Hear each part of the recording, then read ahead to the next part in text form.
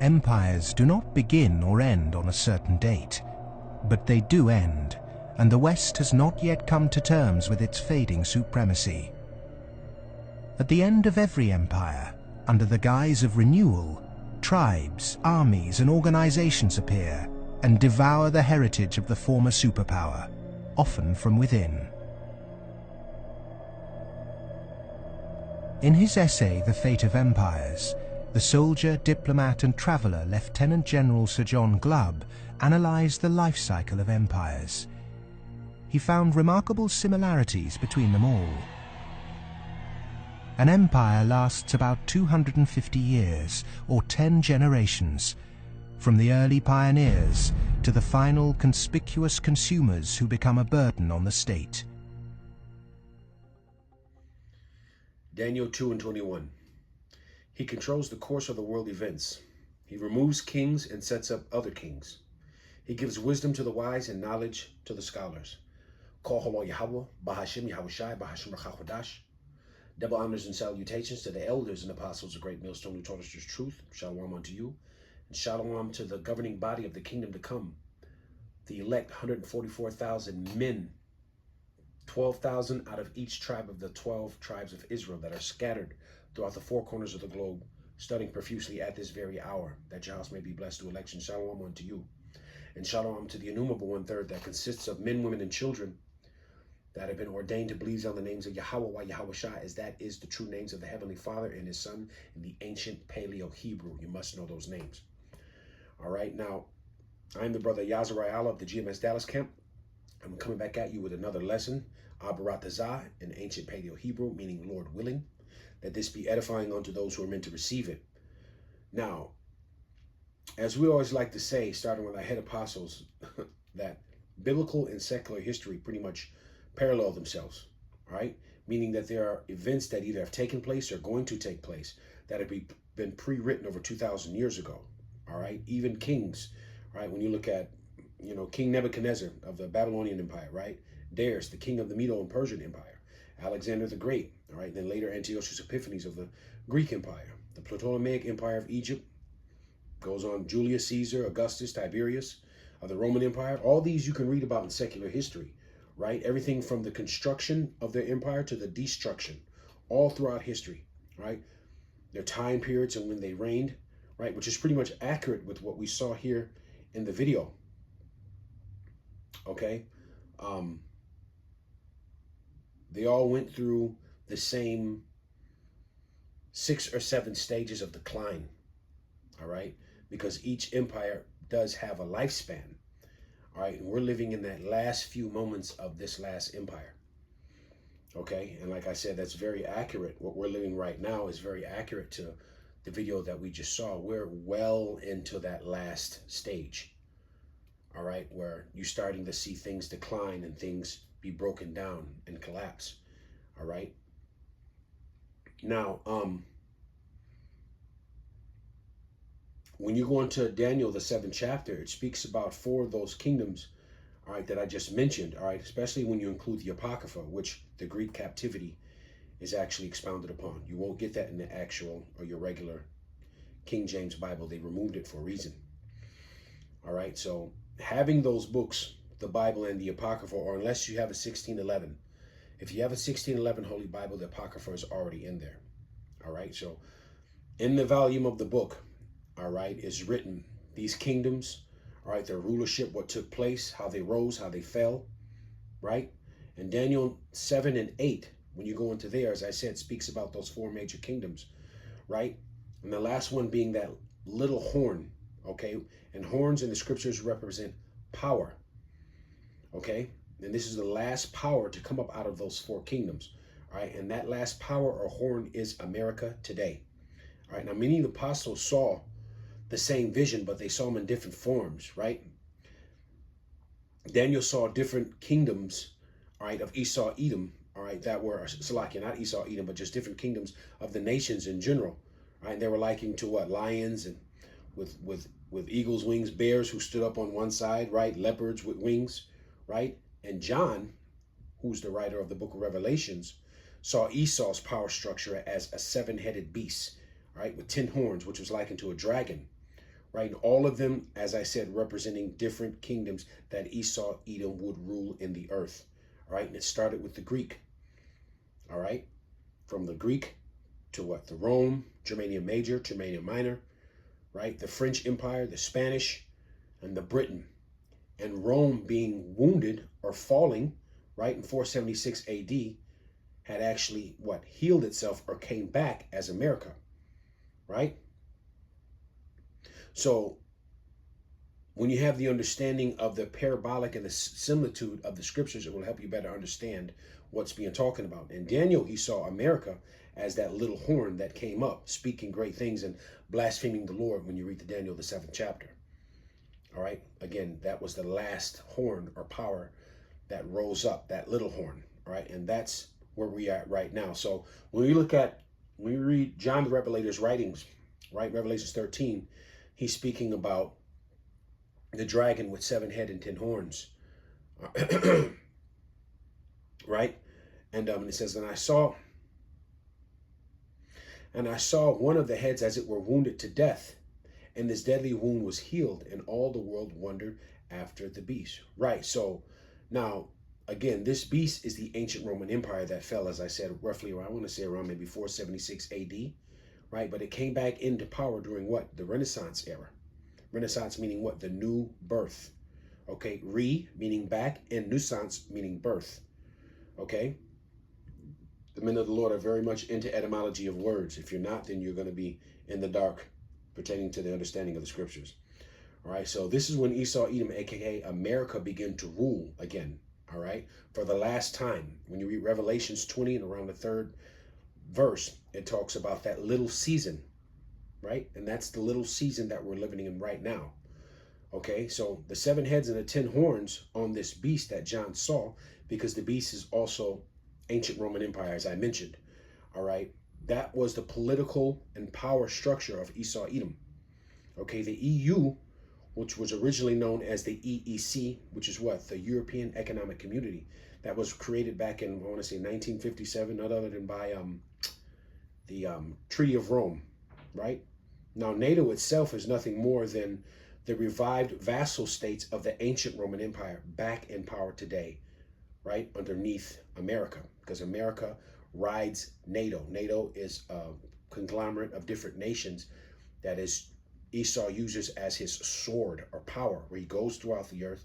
He commits these wars. He commits all of these crimes, all right, all of these atrocities on different countries, right?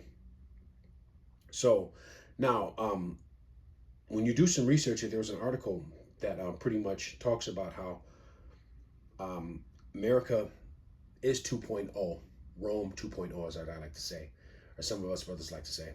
And their video here, as you see here, as we get more into it, it's going to become more of a realization to you. You'll be able to understand it. All right, that this is the beast, which deadly wound was healed. All right, and we are living in that very last season before this place is ultimately destroyed. In the article here, what I saw, it says, many modern societies have borrowed some aspects of ancient Roman thought, but its shaping influence on the United States has been especially profound. The framers of the U.S. Constitution incorporated Roman ideas about the separation of powers and the need for a Senate, right? And all that began when? During the during the Greco-Roman period. Okay, actually, the first Maccabees, we'll actually get into that because I said it's recorded in biblical history, what's said and recorded in secular history, right? So this is First Maccabees 8:14. And yet for all these, and yet for all this, none of them wore a crown or was clothed in purple to be magnified thereby. Right now, when you read this chapter, right, Maccabees, the 8th chapter, all right, it's talking about the Roman Empire and how it pretty much went throughout the earth, right, and it dominated, right, and it's saying here, and that's why it says, none of them wore crowns or arrayed in purple before, right, because before the Roman Empire, all right, countries and nations ruled by what? A monarchy. Just like today we have, you know, England, Prince Charles, before then, Queen Elizabeth, right? And they wore crowns, they were arrayed in purple, which represents what? Royalty, right? So this was a new thing, a new way of governing and a new way of rulership that had never been before the Greek Empire and the Roman Empire, I should say, right? So it goes on to say, 1 Maccabees 8:15, moreover, how they had made for themselves a senate house, wherein 320 men sat in council, daily consulting always for the people, to the end that they might be well ordered. Right, today, I believe there's what? I think there's like 100 and something seats that are in the Senate House of Washington. All right, 2 from each state, I believe, if I'm not correct. All right, so understanding how the infrastructure, all right, of America is Rome, the ancient Roman Empire all over again. Our laws, right, Roman numeral numbers that you see, right, everywhere. When you look at the back of the dollar bill, right, and the Latin words, because Latin was the actual language that was spoken in Rome. Okay, it goes on to say 8:16, and they committed their government to one man every year who ruled over all the country, and that all were obedient to that one, and that there was neither envy nor emulation among them. Now, what would that position be called today, if you had to guess? It says they committed their government to one man every year. That would be a presidency, right? You see? So all this came from the ancient Roman Empire. All right? Whether, so they sat, they did their term, and then next another new face came, and next another new face came, right? And this is why Proverbs, matter of fact, I'm going to grab that. Proverbs 28:2. I'm going to grab this in the GNT. When the nation sins, right, basically when a nation is wicked, it will have one ruler after another. But nations will be strong and endure when it has intelligent, sensible leaders, right? And that's talking about the kingdom to come, all right? Intelligent, sensible leaders are talking about starting with Yahushua, all right? The elect, the governing body of the kingdom that are going to rule this earth in righteousness. There'll be no more starvation. There will be no more deforestation, right? There will be no more destruction of the earth, right? Everything will be back in its proper place and in well order, right? So, as I said, there are plenty of different, how do you say? Plenty of different examples, for lack of a better word, that show that we are living in the ancient Roman period all over again. All right? So all America truly is like, I think one of the elders apostles said that America is nothing more than the ancient Roman Empire with technology, which is true. All right? It has the same mindset, right? Even when you look at the architecture, a lot of the government buildings, all right, and its infrastructure of America, the White House, the legal system in Washington, the monument, right, the gigantic pillars in these government institutions, right, its laws, its policies, right, its financial structure, all these things go back to ancient Roman Empire, right? Our political system, right? Today we have what? The Democrats and the Republicans. That came from ancient Rome. Back then they were called the Palladians and the Patricians, right? Again, when going into Revelation 13 chapter, it speaks about the beast coming up out of the earth who had 2 horns like a lamb but spake as a dragon, right? And these are the 2 political parties, right? And when they come in, or come up for the election, do they not come in speaking peaceably as a lamb, right? With plans to benefit the people, right? To turn things around, right? Only to when they get in office, what? They begin to push harsh, draconian laws and legislation, right? So you have to understand the commonality of the ancient Roman Empire versus today, all right? America, okay? Also, when you look at the ancient Roman Empire and how it was ruled, women were given high rankings, all right, and seats of prominent position in government. All this came from the ancient Roman Empire, okay? Even when you look back and you look at some of the events that took place, all right? What happened in, what was it? I think it was January 2022, right? With that insurrection in the White House, right? AKA Capitol Hill. That's the exact same thing that happened in the ancient Roman Empire, right? And I think it was around 67 AD, all right? And it was under, what was the emperor's name? I think it was Vitalis, if I'm not mistaken.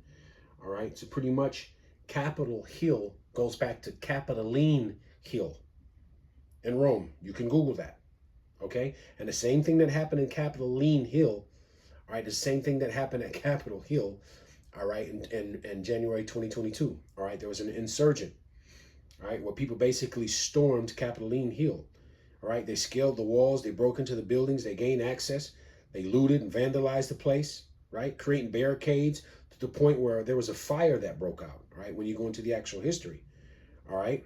There were government officers in there just like there were in January 2020 or 2022, all right? They were ill prepared back then just as they are today, or they were today, and they were overtaken, right? So all these things are what? A sign of a declining empire, right?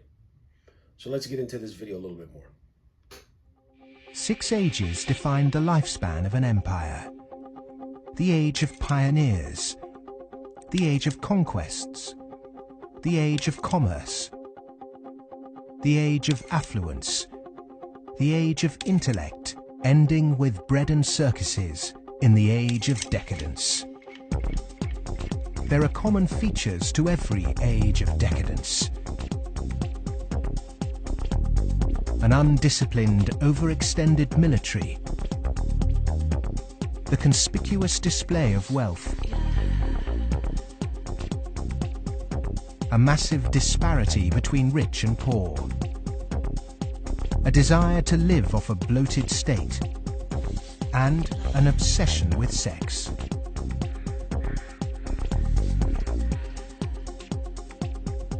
But perhaps the most notorious trait of all is the debasement of the currency. How eerie is that? Does that not pinpoint exactly where we are today as a nation? It's exactly what the ancient Roman Empire went through, all right? Each empire goes through these steps or these stages, and America is no different. It's simply the last, right? So when you look at our 7-step or 6-step period of rulership, starting with the age of pioneering, and that began around what, 1760, maybe 1800s, right? Where basically the so-called or self-proclaimed white people or Europeans, Edomites came, some Asians, Jake, all right, men, women, and children basically came here to America to start a new life. This was the birth of America, so to speak, right? Where it began to, make its way onto the world stage, because before then, biblically, everything was pretty much happening in the West, in the East part of the world, right? America in the Bible is considered the othermost part, right? It wasn't really inhabited, okay? Though King David, he knew about the Americas, right? He would send his servants back and forth over here to get, exotic animals and supplies and whatnot. So he knew about it, right? But it wasn't really inhabited, okay? So that was the age of pioneering. Then comes what after that? The age of conquest, which is what? Conquering, right? And that began around what, 1492, 93, when Cristobal Colon or Christopher Columbus, right, came here in their Spanish voyage, or the voyage of the Spaniards, right? And they began to come and colonize the Americas, right? And they brought, who was it? Luis Torres, who was an Israelite, right? Who spoke Hebrew, right? Who helped Christopher Columbus navigate him, who helped navigate Christopher Columbus over here in these areas, right? Along with the chariots, which Christopher Columbus called the Northern Lights, right? Because this was all a part of prophecy, right? So our people were already over here then, all right? That was part of the 10 tribes, okay? America then, it was actually called Tataria, right? There was Asia Tataria and American Tataria, all right? But that's a whole nother lesson. Okay, then came what? Commerce, right? And that began somewhere around 1776 or so, give or take, all right? And this was the time of what? The colonial era in America, right? The outbreak of civil wars. You remember the North and South War, right? And the economic growth depended largely on what? The enslavement of our ancestors, right? That's pretty much what the North and South War was about. It wasn't because Esau had all of a sudden, a caring heart for you. No. It was political reasons, financial reasons, Okay, we're not going to get into all that. It's your job to do the history. All right, there are plenty of videos where brothers have actually gone into all that, I myself included. Then comes what? The age of what? Affluence. All right, that began around the 1950s. All right, and this is a period of rapid increase in production. Right, the availability of consumer goods increased, family income, also the decrease in poverty. Understand that this was America's golden age. All right, so when you see these hats that say "Make America Great Again," this is the age that they were talking about. But what was going on for you, Jake? Jake is quick to go out here, and celebrate all these different holidays, right? The 4th of July. You know, well, where were you back in 1776 and the 4th of July? Your ass was in chains, Jake. Right? So this is the time period in the 1950s, the age of influence, right? Where what? There was lynchings, hangings, KKK, segregation. Hell, even before then. You look at Black Wall Street in 1921. Okay, fresh out of slavery for the most part. I wouldn't even say for the most part because we're still in it, but you know, Yahweh Shemi Ashai gave us some room to breathe, right? Because when we came out of slavery, one of the first things that we understood was ownership, right? Jake had his stuff together, right? And we came out during that age, and during that time, Jake was winning. Black Wall Street was like no other. Okay, we had money. We had our own oil fields. Yes, banks, hospitals, movie theaters, libraries, law offices. I mean, schools, on and on and on, right? But Esau did what? He had to come and throw a monkey wrench in that. He had to lie. He had to come an excuse to come and destroy all that. But ultimately, that was of Yahweh Shem Yahushua. Why? Because we were brought here on slave ships to pay out our punishment, not to thrive as a nation. And Jake still has a problem understanding that today. Right? So during this age of influence where all these things were happening, America, pretty much the growth and riches of America came off of the backs of us. America is great because of the labor force, the enslavement of our ancestors, the stock market, all right? All of these major institutions that are now erected came from our blood, sweat, and tears. All of these major pristine colleges were all built by us, the White House, right? I can go on and on and on, all right? But this was America's age of affluence, right? And then comes what after that? Intellect. And that was the age that began, I want to say, around 1975, 1980, right? Which brought about what? The growth in government spy agencies, the CIA, right? They began to acquire more businesses or more missions, should I say, covert operations, right? Espionage, right? But this also brought about what? A lot of you Jakes may not know because some of you may be younger, but the Commodore 64. Do you remember those? IBM personal computers, Apple, Macintosh, the Atari gaming system, Pac-Man, right? And if you ask me personally, this was the time, an era of musical creative genius, right? Because the 80s music pretty much outlined or is the foundation of what music is today. It was an incredible time of creativity, right, when it pertaining to music in this era. Okay? And then what's after that? Decadence. Now, understanding all these things that I'm reading about are all the same things that the ancient Roman Empire went through to a T. And decadence began what? Late 1990s, early 2000, which brought about what? Outsourcing. Remember George Bush, Al Gore, they were good at that. The Great Recession, right? The media circus campaigns, all the scandals in the U.S. Supreme Court and corruption, right? Lawlessness, self-destruction, military, unuse of military ventures, right? Wars, financial recklessness, right? Greed, consumerism, right? Overindulging, self-love, all right? To the point now where everyone wants to be a celebrity, all right? The decline in social intelligence, excess of lifestyle, glutton behavior, sexual immorality, isn't that what was spoke of? All these things are a sign of a declining empire where we are at the end, all right? All these things lead to what? Financial and mental instability, which brings about that division once you start to talk about high rates and unemployment, right? Raising taxes, right? The debasing of the dollar by way of what? Over-circulating the system with it, right? Which weakens the economy, and that brings about what? Desperation. right? And destruction. All these things ultimately come from the Lord. They're plagues of Yahweh Bahashem Yahushua. Okay? As I said, there's no new thing under the sun, right? When you look at ancient Egypt was a powerhouse. Okay? They make movies, cartoons, and books and all that because ancient Egypt was a superpower in its day.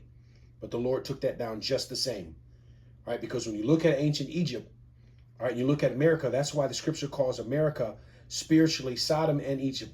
Well, Sodom because of, you already know why. I don't even need really much, expound on that. The sexual immorality here. But when you look at Egypt, we have obelisks, right, that are erected that came from Egypt, right? The colors red, white, and blue, that came from Egypt, right? And all that was different classes of rulership. Fishnet stockings, Salakia. I can go on and on and on about the things that came from Egypt that are now here. Because America, being that last kingdom, it's pretty much a combination of all the wicked kingdoms wrapped up into one. And it's ruled by Esau Edom, because Esau is heavily into witchcraft. He was heavily into Egyptology, their gods, right? Their deities, right?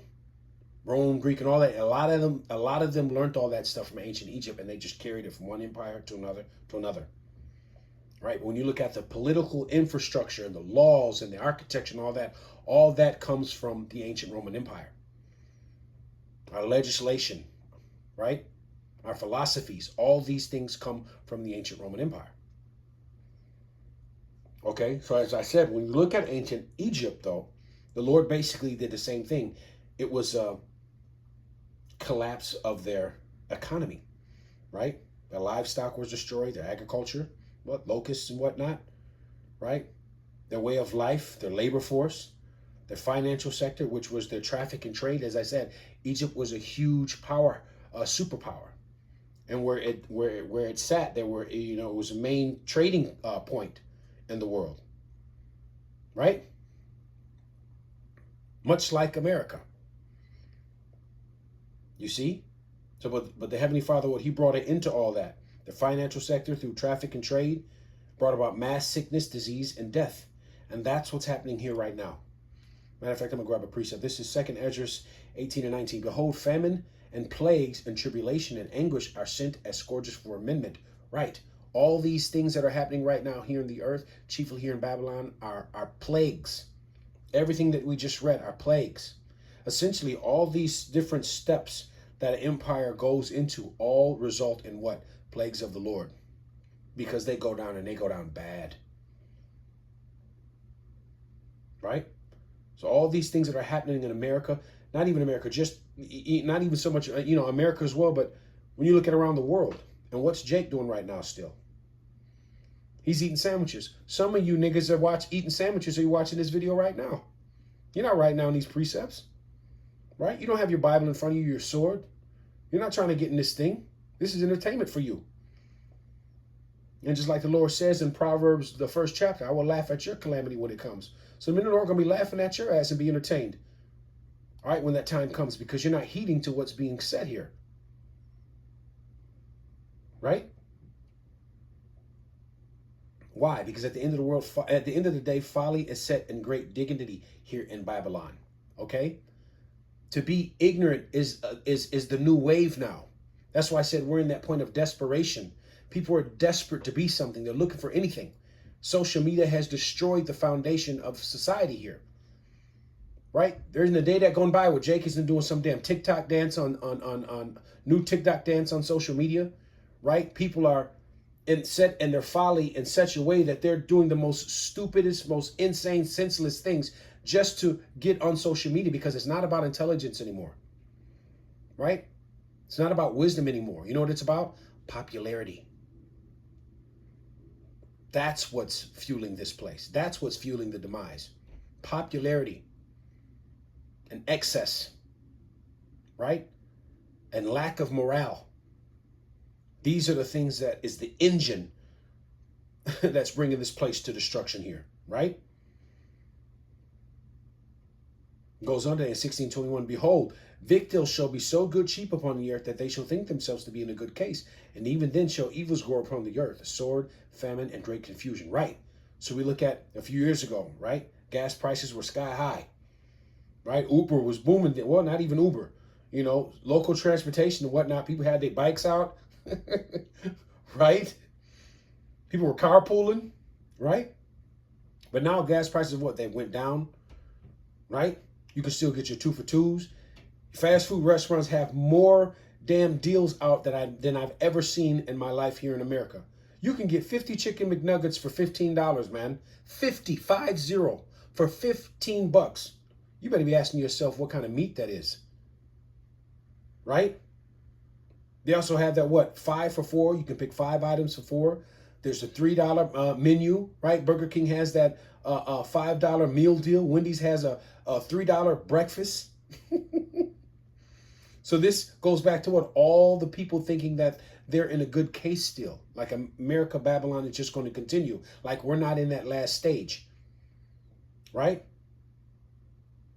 Because it goes on, it says, and even then, evil shall be multiplied on the earth. Meanwhile, what, we got immigrants that are coming in, right? One of the brothers just put in the chat the influx, you know, these evictions in New York. People are getting evicted just so immigrants can come in now and move. What kind of sense does this make? You see, the invasion, the plagues, ramping up to these diseases, right? Power outages, weather disasters, war, financial crises, right? All these things were the same thing that went on in the first beast, the ancient Roman Empire, and they mirror today. All right? Let's get a little bit more of this video. The United States and Great Britain both began on a gold or silver standard, long since abandoned. Rome was no different. So it started on a principle that was very sound, and it was on a silver standard. But as it corrupted further and further and further, the Roman denarius got to the point where it was basically a copper coin, and they learned how to plate, and it was washed in silver, and in circulation the plating came off. And at the end, all the senators that really did at one time represent the people only were interested in representing how much wealth they could steal at the top. Great empire wealth always dazzles, but beneath the surface, the unbridled desire for money, power, and material possessions means that duty and public service are replaced by leaders and citizens who scramble for the spoils. Historically, all the signs of the demise of empire are beginning to develop. Some are more trenchant than others. This current financial and economic crisis, that sort of thing always accompanies the demise of empire. The people of Rome were constantly being distracted by the gladiatorial events, and the politicians knew that they did this. Whenever there was unrest among the people, they had a huge event going on, and they created a new event with lots and lots of gladiators, and every day we're doing that. That is a common trait of declining empires. And so today in the United States, for example, you find a tremendous emphasis on all kinds of television programs that distract people from what's really going on. Sports is a big part of that, as it was in gladiator times. In essence, we've been lulled into a lethargy, and we've accepted it. Once again, mirroring Babylon right now. Right? Now, when you go into the understanding of currency and chiefly the USD, all right, or fiat currency, all right, because it's literally backed by no commodity, all right, that's the word fiat means, all right. The word actually comes from, it's a Latin word that actually comes from, shall be done, or so be it, or shall be done, all right. And when you have an understanding, you understand that the only power the USD really has resides in the minds of the people who still have faith in it, right? Because when you go back to around 1940s, 1944, when America held the majority of the gold reserves, all right, what we did is we made a pledge to fix the value of the USD to gold, right? And I think it was back then maybe $30 or $35 an ounce, all right, roughly, give or take, all right? So what the countries of the world did, they pretty much fixed their exchange rate to the USD, right? So when you fast forward to the late 60s, early 70s, when that damn devil Richard Nixon came in. What did he do? He brought about what? The divorce between the gold standard and the USD. All right.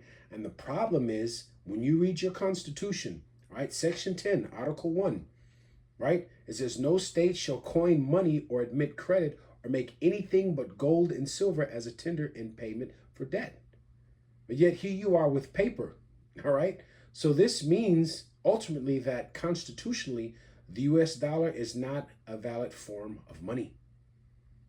You see? But yet the USD is valued and governed and controlled and regulated by who? The international bankers. All right. And it's backed by nothing, which means what? They can print whatever they want. Right? So as this influx of currency is being pushed into the system, right? What's happening? The devaluing of the dollar tremendously. I think it lost 97% of its purchasing power. And this was from a study that was done a couple of years ago, if I remember correctly. All right.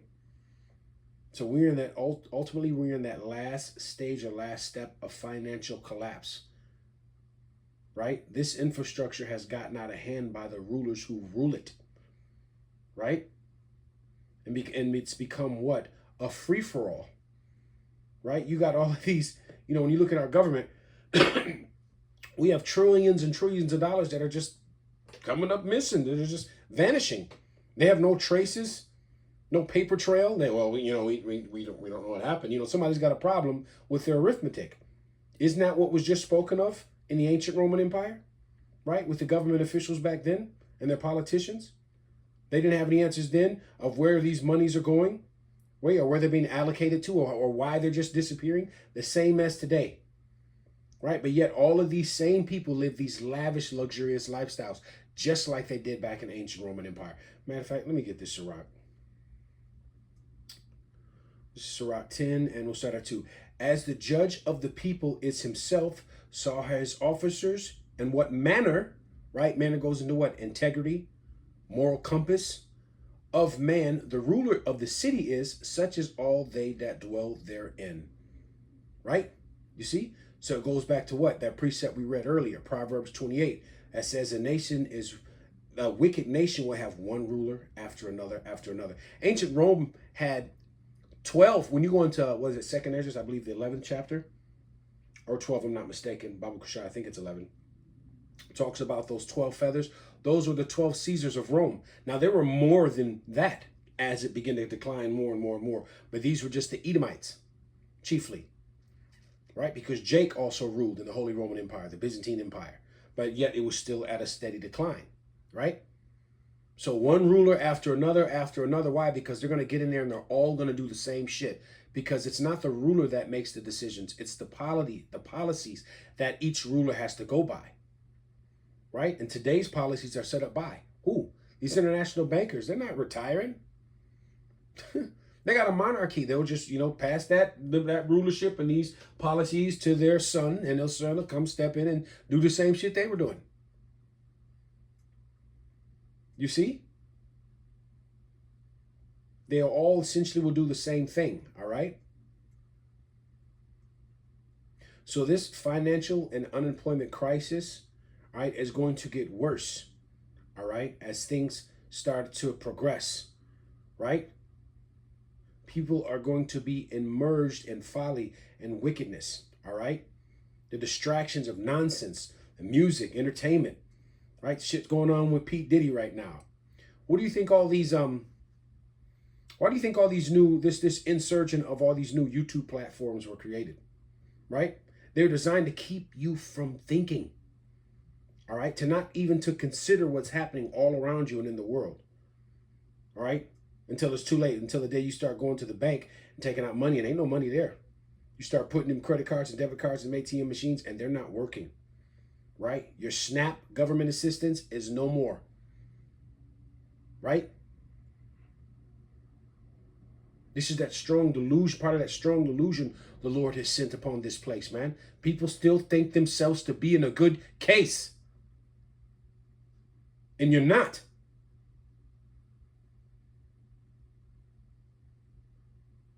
But essentially, all these things have to happen, man.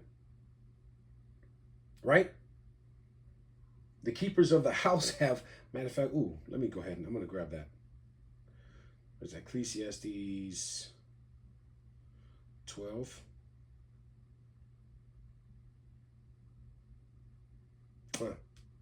Ecclesiastes 12:3. In the day when the keepers of the house shall tremble. Right now, what are your keepers of the house? What does that mean, keepers of the house? Right? That's talking about, that's likened to like a steward or a councilman, your senators or heads of state, right? In the financial sector, your stockbrokers, all right? Those that are on Wall Street, basically those that keep the economy running. They are frantic, right? The devaluation of the USD. Banks are shutting down. Nations are preparing for what? The switch over into that digital currency, right? And the average citizen, especially you Jakes, are nowhere near ready. You're still eating sandwiches, man. You see? It goes on to say, and the strong men shall bow themselves, and the grinders cease, because there are few, and those that look out the windows be darkened. Right. Grinders is talking about what? There's a thing we say in the slang world, man, I'm grinding. Grinding means what? Work. Right? So grinders cease because of what? Job cuts, layoffs, unemployment on the rise, right? People are losing their 401ks, their retirement funds are being depleted, right? So there's a darkness that's ahead of the future of America, right? Where people are no longer seeing any or have any assurity anymore, right? People are seeing this, all right? There was a time when people could rest assured, you know, whatever tribulation that was going on here in America, what? America would just always be able to snap right back, right? And people don't see that happening anymore, all right? Because the reality is this kingdom is finished. Goes on to say, Ecclesiastes 12:4, and the doors shall be shut in the streets when the sound of the grinding is low, and he shall rise up at the voice of a bird, and all the daughters of music shall be brought low. Right, so the doors in the street are being shut, talking about what? The business, all these corporations that are either shutting down, going under, downsizing, right? And the first thing they do is what? When they downsize, they cut labor costs, which means what? Fewer jobs, right? So the sound of hustle and bustle of work in the city streets is ceasing. You don't hear that much anymore, all right? It's beginning to get real quiet around here, right? Because the deceleration or decline of the quality of life in America, the quality of our food, our entertainment, the quality of people, the moral value, all these things are at an all-time low here in America. You see? Going back into that Proverbs 32, stupid people die for lack of their own concern. Right? So is this not the mindset that people have here today? It's crazy when you look at it, right? Interestingly enough, America is literally mirroring the ancient Roman Empire in every way, proving the Bible to be true. Right? The Lord is tearing this place down piece by piece. But it has to be. It has to be done. Because he's chiefly going to use Russia and the nations to do so. The Lord used kingdoms to take down other kingdoms. Does not Revelation say that the minds or the hearts of the kings are in the hands of the Lord? He will put it in their heart to do his will. This is the Lord's movie, man. So the Lord is taking all this apart. You see? And right now we're in that great divide. Why? Because of the word of Yahweh Shem Yahushua is here. Does not the book of Matthew, I think, or Luke says that I've come to bring division?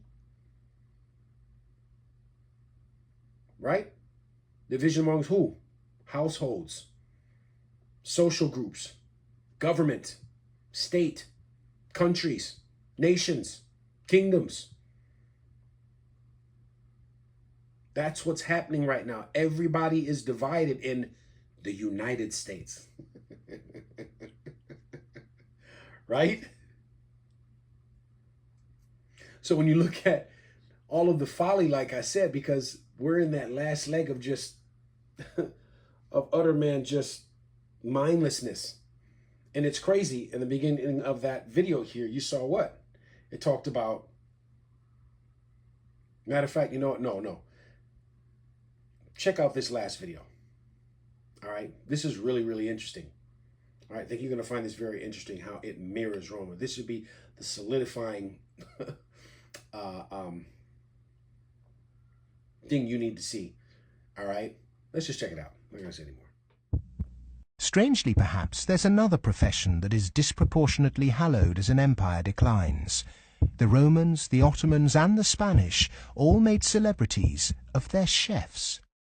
And this again is typifying the end of an empire, where things were so great, we have this last oomph of momentum that we used to be great, and we felt great, and we don't feel it anymore. So everyone is out searching for it. Well, maybe it's in the best food, or the best clothes, or the best music, or the best movies, or a reality TV show, or another magazine. But you can never get enough of what you don't need. What you need is a strong moral conviction that is pervasive throughout the society, and integrity reigns. There's a vast apathy. There's a vast amoralism, even a political nature to it. That is to say, there are vast numbers of people who don't give a damn. And so there's this natural, I suppose, entropy. Any living organism, which an empire is, of course, over time dies. Question is, how does it die? Does it die in a violent cascade of events, or does it die over a long period of time? The baby boomer generation were born into this age of decadence. Perhaps unwittingly, they've broken the unspoken intergenerational contract. Through unfettered consumerism, spiraling house prices, and a desire for eternal youth, the baby boomers have squandered future generations' inheritance. My generation, the generation right after my generation, I think we forgot that little phrase in the preamble to our Constitution, which says, and our posterity. All of a sudden it became us, period. The baby boom generation, which I'm a part of, has gone and done the biggest misallocation of capital in the history of mankind. We have had cheap oil, or cheap energy is a better way to phrase it. We've had an abundance of ideas, and we have chosen a system and perpetuated it that is probably one of the worst ways to use the blessings that were bestowed upon us. And we are going to pay a price for that. As I said, desperation. Celebrity chefs now. Right? So, is that not America? We had who? Rachel Ray, Gordon Ramsay, Bobby Flay, right? Wolfgang Puck, Anthony, what was his name, Bourdain? I don't think he was a chef, but nonetheless, he was a part of he was Celebrity Food Network, right? That's all a part of that desperation, all right? That last-ditch effort to try and, because America's pretty much running on fumes right now, financially, socially, economically, morally, right? Everything is decay. As scripture says, worms are getting ready to cover thee. This place is getting ready to be destroyed, just like all the other kingdoms that were before it. All right? It's a funny thing about this thing, man, because Esau is like that old Jake on the block still. He's an old nigga on the block who still think he got it. All right? Coming up to them, because he got the car keys that weigh about 5 pounds. Here, get you a soda out of there. Gonna get you a soda out the trunk. Like, you know, it's an inside joke. But that's where Esau is at right now, right? All right, he had the nerve to say that what's needed is a good, strong moral conviction and integrity, right? But Jeremiah 13 says, what? Can an Ethiopian change its spots? Or can a man that's do good that's accustomed to do evil? So Esau was created as the wicked. Malachi 1 and 4. Read it. So there is nothing good that's going to come of this man, right? And even if he seemeth to do good, it's all for some ulterior motive that's wicked. These people play the role of the wicked, all right? So no, there is no integrity in this man. There is no moral compass in this man or in this generation. Hence the reason why all the people in this nation or in this world are all just through, particularly here in Babylon, because they are as the leaders, right? And he had a nerve to say that you know, this is the baby boomers age, so you know his generation basically squandered the inheritance. Well, that's the mindset of Esau Edom, is it not? I mean, he fucked off his prosperity for some porridge. So, like father, like son, excuse my French, did he not? Right? Because ultimately, he asked, what did he say? He's wondering how this thing is going to end. Well, Esau, he knows how it's going to end ultimately, right? He knows. That's why all these things are being pushed forward. Revelation 12:12 says that he's coming down with that great wrath because he knoweth that he has but a short time. Right? So he already knows how this thing is getting ready to end. All right? He has a price that he has to pay. Isn't that what he said at the very last part of the video? We're going to pay for it. Well, sure you're going to pay for it by way of change in slavery. And after 1,000 years of slavery, eradication.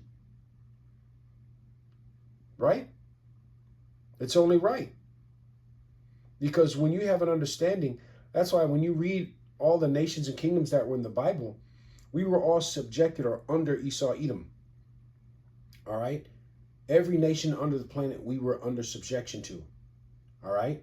And that's why the Lord rose up their kingdoms, but then he brought them back down again and brought them to their end. And now that we are at the end of Esau's rulership, right? 2nd Esdras 6:9, Esau is the end of the world or age. That word actually there means age, meaning a specific time period. And Jacob is the beginning of it that followeth. Right. Our kingdom. Right? This man's had 7 different kingdoms of rulership and has been wicked as hell in every last one of them and kept his foot on our neck in every last one of them. Right? So it's only right. Yeah, you have hell to pay. Zechariah, matter of fact, let me grab that. Zechariah 12:9. And it shall come to pass in the day that I will seek to destroy all the nations that have come up against Jerusalem. Right. And Jerusalem meaning we were people before we were placed. That's talking about Israelites. Because we were under subjection of under all the nations of the earth. So this is why this kingdom is being torn down. Right? Just like all the other ones. We were under the Medo-Persian Empire. We are under the Greek Empire. We are under the Roman Empire, the Egyptian, Babylonian. Right? The Moabites, the Ammonites, all 18 nations, or should I say 17, because the Lord created 18. But all 17 nations we were under. And you can read about that in the Bible. Right? Because the Bible explains our history. Right? Our relationship with the Heavenly Father. All of the tribulations that we went through, the wars that we had, the infighting that we had. Right? The marriage covenant we received, how we broke it. Right? How the Lord turned his face from us and sent us to be subject under all the other nations in captivity and slavery. All the way to this very day. It's all about us. Right? So yeah, this man has hell to pay. Your nation has hell to pay. This place is being broken down. Deuteronomy 7:22 says, I will take down those nations before thee little by little. And that's what's happening right now. Right? Psalms 109:12. Let there be none to extend mercy unto him, neither let there be any to favor his fatherless children. Right? Because this is what's getting ready to happen. Nobody's going to show favor unto you because there was no favor shown unto us. There was no mercy given to us when you had your foot on our necks for 400 or 500 years plus. Right? Goes on to say, let his prosperity be cut off. Didn't he just talk about prosperity? Right? Let his prosperity, meaning his offspring, his inheritance, be cut off. And like I said, that was the mindset of your forefather, Esau. Because he cut y'all off when he took that porridge. He laid curses upon y'all when he did that. Right? When he tossed away the birthright. And now y'all, his inheritance, are mad as hell because of what your forefather did. It says, let his prosperity be cut off, and the generations following, let their name be blotted out. Right? Because after this 1,000 years of slavery, you're going to be destroyed. Right? Because in the kingdom, there will be no the wicked. Right? Now, we're still going to rule with an iron rod, the nations, but there will be no nation particularly created to do wickedness. Your job here, your job of existence is done. Right? Goes on to say, Psalms 109 and 14, let the iniquity of his fathers be remembered with the Lord. What iniquity? Slavery, right? Redlining, KKK, lynchings, Devil's Punch Bowl, Black Wall Street. I mean, we could go on and on and on. This is King David asking the Lord to remember those things. Well, the Lord lets me know that he requires what is past. So while y'all keep talking about all you need to get over, the Lord lets me know, no, I require judgment for what they did. I haven't forgot nothing. Because one day with the Lord is as 1,000 years with us here, as the scriptures say. So according to the Lord, all that shit you guys did and your forefathers, that happened just a couple of minutes ago. You see? Goes on to say, let them be before the Lord continually, that they may be cut off from the remembrance of the earth. Right. Destroyed. Utterly destroyed. All these hundreds of years it took for you to build this place up, and the Lord's going to destroy it within 1 hour. Right? Let's talk about the book of Revelations, 17th chapter.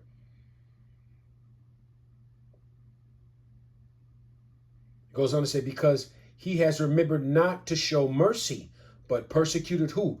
The poor and needy man, that he might even slay the brokenhearted. Who are the poor and needy and the brokenhearted? That's Israel. That's us. You showed us no mercy, man. You went hard in the paint with us, man. When we did nothing to you, man. We did nothing of offense, but you motherfuckers just had a deep-rooted hatred for us, period. And this is why your kingdom is going down. It's circling the drain. All these 6 or 7 stages are happening, all right, because the Lord gave you your time. We serve a righteous power. Our power is righteous. He didn't have to give you guys nothing. But y'all had your joy. Y'all lived in your jollity and your mirth. Right? Well, right now, you're living off of the fumes of that because it's pretty much done, and most of you Americans can see it. You watch the news and this influx, as I said, of all these migrants coming into New York, and you got all these different internet news platforms that are outraged, these Edomites. How dare they and come in here with you? Well, where was that when y'all came in here and y'all did that to our ancestors, when this nation was ours? Built upon the blood of my ancestors. Where was that same energy when y'all did it to us? But now you have the damn nerve to sit here and be upset. Bob a ball to this place. The destruction of Babylon, man. Your kingdom. Thus saith the Lord. Last one here in this Revelations, Salakia, Psalms 109 and 17. As he loved cursing, so let it come upon him. As he delight not in blessing, so let it be far from him. Right. You love cursing. You love wickedness. You love doing evil. Right? As scripture says, since thou hast not hated blood, even blood shall pursue you. So you motherfuckers better get ready, man. Excuse my French, but the more I think about it, I'm getting more and more upset. And I'm trying to just stay in the spirit. Because I don't like to, curse too much or, All right? But this is what's coming for you. So your kingdom is at an end. And I use this lesson, this video, just to show you, to mirror what happened back then is happening right now. And for the last time, this is your last rulership. This is that beast with the deadly wound that healed that's about to go down for good. You had your little season, right?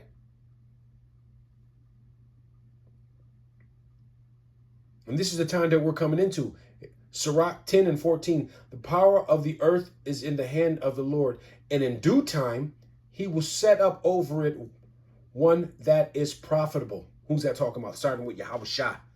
And by default, that's our kingdom, the kingdom of Israel, in due time. So now it's due time.